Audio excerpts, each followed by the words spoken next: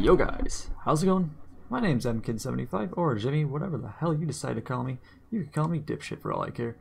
Today I want to discuss my thoughts and opinions on Curse of Osiris after 1 week and Destiny, the overall quality of life and state of Destiny 2 after its first DLC's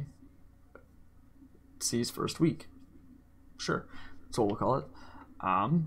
So for a little while during Destiny 2 before Curse of Osiris, I was kind of not in the mood to fucking play this game. And that was because I literally had nothing I really wanted to do, nothing I really wanted to aim for. When Curse of Osiris drops, of course I wanted to do the story, of course I wanted to, go do some of the new strikes and grind up for some of the new exotics. Sure, that's what happens in every Destiny DLC. However, after that fades, where do I go from there? Right? And Bungie kind of addressed these issues with some latest quality of life patches that I think are the right step forward for this video game and the franchise as a whole. Now, granted, a lot of this stuff should have been put into the game, the base game, but that didn't happen. We're not there. It's the end of the discussion. So Bungie is trying to make up for their mistakes in a positive light. They realize that their plan isn't going to work, and they came out and said, hey, we fucked up. This isn't going to work. And I appreciate Bungie for coming out into the community and saying, hey, you know what? We have problems here. We're going to make good on these. And over the next couple weeks, months, that's where we're going to get is huge quality of life changes that I think the player base definitely deserves. Alright, so on to my thoughts about Curse of Osiris. Curse of Osiris, the campaign was good. It wasn't the greatest. However, it was short. I was expecting it to be a little bit longer. And the final boss, I was hoping to have as the raid boss. Penelope's was huge. In trying to screw with the world. He was trying to bring a horrible future of the Vex to the real world. And that's the reason why Osiris looked all fearful. He was like, oh shit, they can see our light. And all that stuff. So we went in, we stopped them. Kind of like the Dominus Gull storyline. We saw him as a threat and we stopped them. I thought that was a really cool thing. Meeting Osiris, actually getting to hear and see Osiris talk was really cool. It didn't match my expectations, so to speak. My thoughts on Osiris was originally this brash kind of badass, chip on your shoulder kind of guardian. One that would be more along the lines of, having a lot of knowledge towards something, but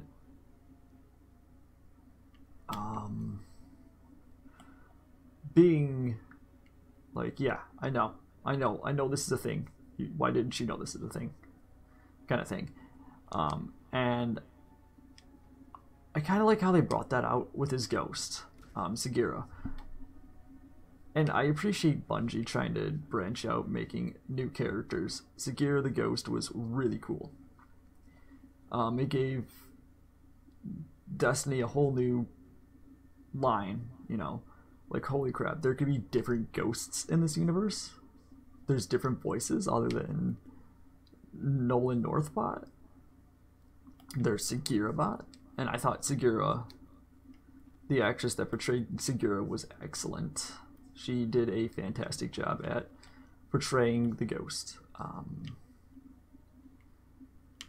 strike content, I've only played through maybe one of the strikes, maybe two of the strikes, and they are based off story missions, so it does add that extra bit of relevancy. So you're not like thrown into some random bullshit area, say, where the hell did this come from?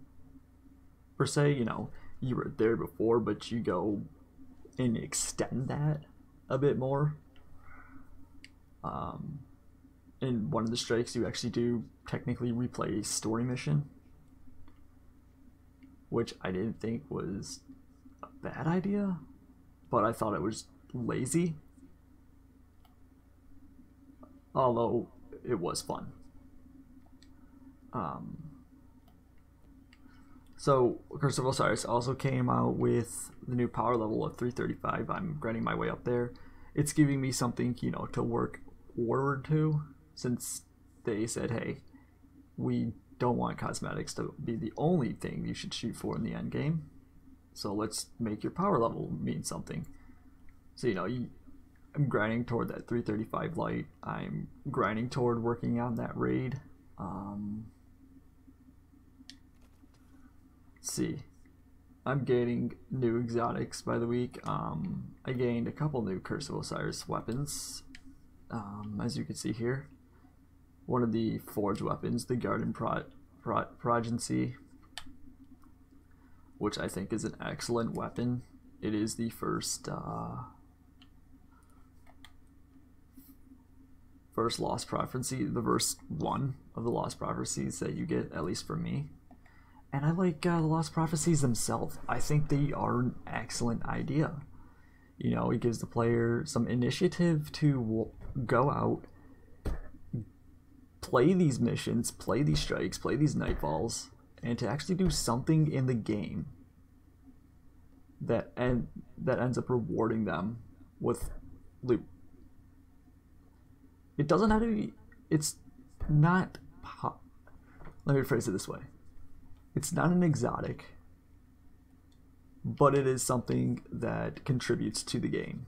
So Osiris's weapon, one of Osiris's Vex-made weapons, Garden Prodigy, has lore to it. Cool. You know, it adds story to the game. It adds that element to the game that the base game was missing. You know, not all the Curse of Osiris weapons will have this, obviously, but I thought that was a great idea. Bungie added these cool new additions to legendary guns called Masterworks, so you can get this in both Crucible and within normal PvE. PvE will, you know, count how many enemies you killed, and it'll work toward enhancing your weapon's abilities. Anytime you kill an enemy with the said weapon, it drops an orb of light, which means you are creating supers for your allies. You're helping your allies out. I thought that was great. They added some really overpowered, really cool weapons, such as the Prometheus lens, which was last weekend's laser tag weekend, because Jur sold it, and John Cena's r/John or u/John Cena's of Reddit decided that he would shave his hair off and glue it as a beard. OP never delivered. Shame on you, John u/John Cena's. Anyway, overall, the Curse of Osiris DLC so far, with my experience, is the step forward in the right direction. You know, I have something to aim for in the game now, other than mindlessly grinding for the top level or mindlessly grinding for a shader. You know, I now have a reason to go out and do strikes, because I want these weapons. I want the materials, the upgraded materials to do this. You know, there are weapons and gear that are really cool in this game that I want to grab. you know? And I've gotten, some of the newer shit. The Graviton 4 fights back. The two new, or they have a couple new exotics. Aeon Swift, which there are 3 different Aeon variants, one for the Warlock, Hunter, and Titan, which in combination with each other helps your teammates' abilities as when they have it on. If they don't have it on, they only receive a fraction of an ability boost. I think this is good for teamwork, especially in potentially risky situations or situations where you could take advantage of it. Say you get all your grenades and barricades and dodges back easier. I think this would be a great addition in, say, a Daybreak Nightfall if they ever return. Gemini Gestures, I don't like. I think they could be better. These are PvE or PvP legs. They're, to me, as good as Lucky Pants. So, and I kind of expect that with every Destiny DLC there is going to be those hit and miss situations. And I think Curse of Osiris and the quality of life updates added to Curse of Osiris really has improved Destiny 2 as a whole. Prior to this, I would have said, if someone would have asked me, hey, should I buy this game? Should I buy this game? I would look at them and I say, the game's $40 right now.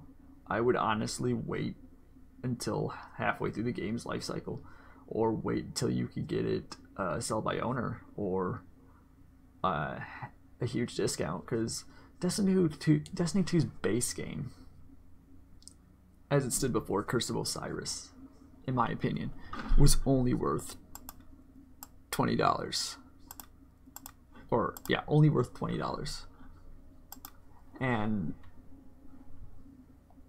it really shouldn't have been much more than that. I get the hype surrounding it, but as stripped back as a game as it was from what Destiny 1 Year 3 was, $20 seemed like a fair price for the game. Now, however, with Curse of Osiris, I could see the game being $30. Curse of Osiris adds, yes, that extra $10, but it adds replayability that we were missing. It adds kind of that fun factor that I believe that we were missing. I could now say that I'm having fun with this game for a change. I'm able to do stuff. I'm able to have initiative to go out there and say, hey, I'm gonna grind strikes out for 4 hours.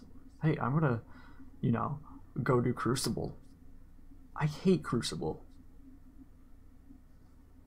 And granted, Crucible is still broken to hell. I don't mind jumping into Crucible.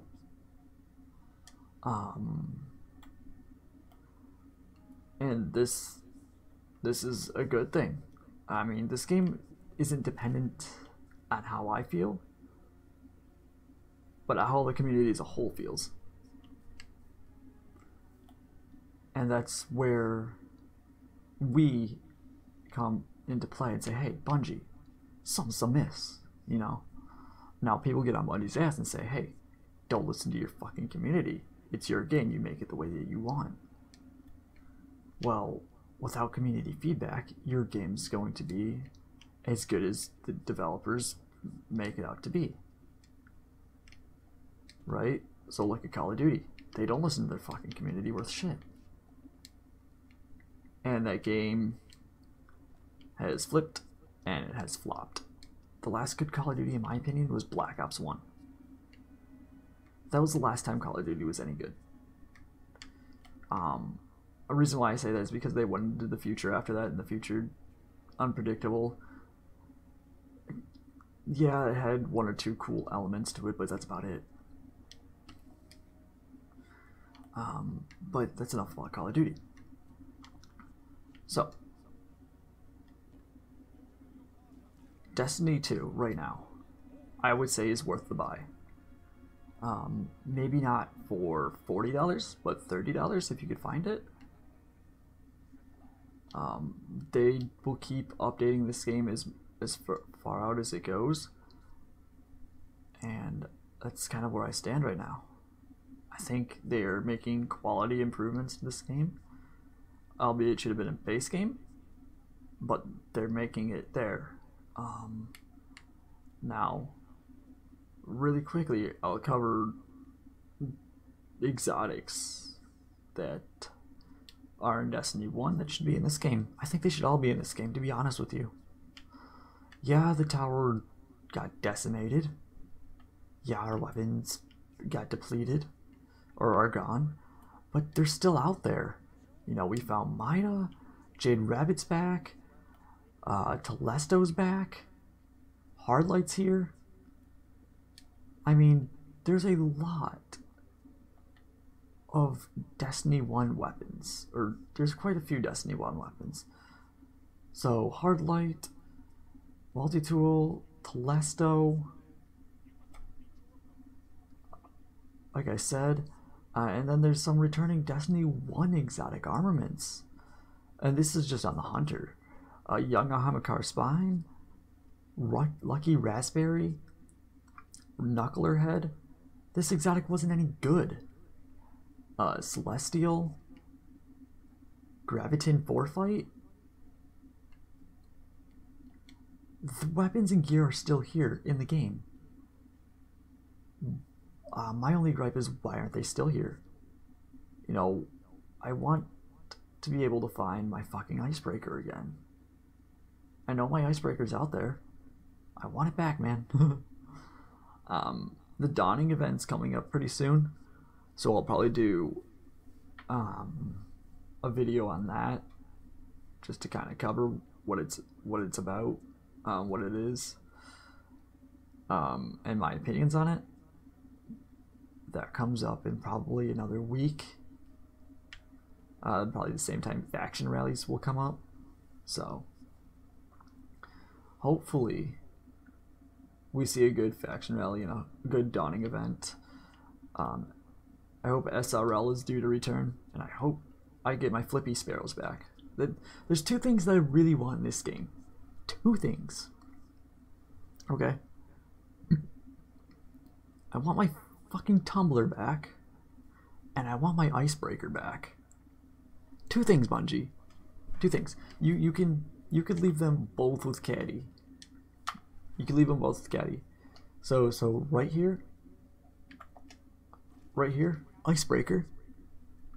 Next to it, tumbler. You know, because when I come into this game and go on patrol, I want to do barrel rolls. That's all I want to do on patrol, man. That's all I want to do. But otherwise, guys, Destiny 2 after Curse of Osiris week 1, Curse of Osiris after week 1, it's going uphill. It's coming back. And as Gathalion said, Destiny kills itself and then revives itself, and it goes through that cycle of content. As unfortunate it may be, that's just the way Bungie works things. Hopefully Bungie will learn that constant addition of things need to be added in. So say like a mission a week. That'd be really cool. And replayable missions. That's what I would like to see, you know. I like to be able to go up in my directory. Like to go to a planet. Nope, not the Traveler. A planet, say Earth, and I want to replay one of the missions, you know? I want to go back and I want to take my time and I want to walk through those missions. I want to explore, you know. I don't want 3 shots at it or 3 shots and a chance at a meditation to do it. You know, that's not what I want. That's not replayability. That's bullshit. And meditation's pointless. The only reason meditation is around is for what Ikora sells.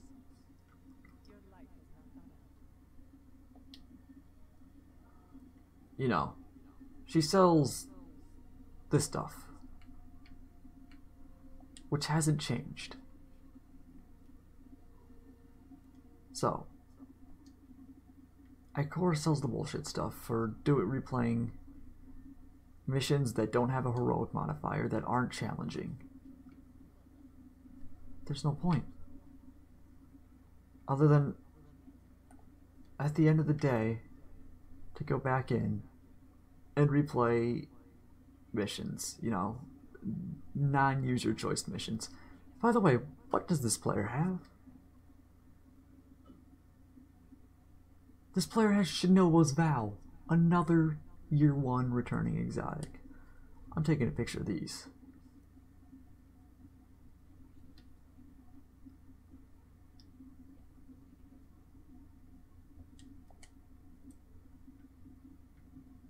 Shinobu's Vow.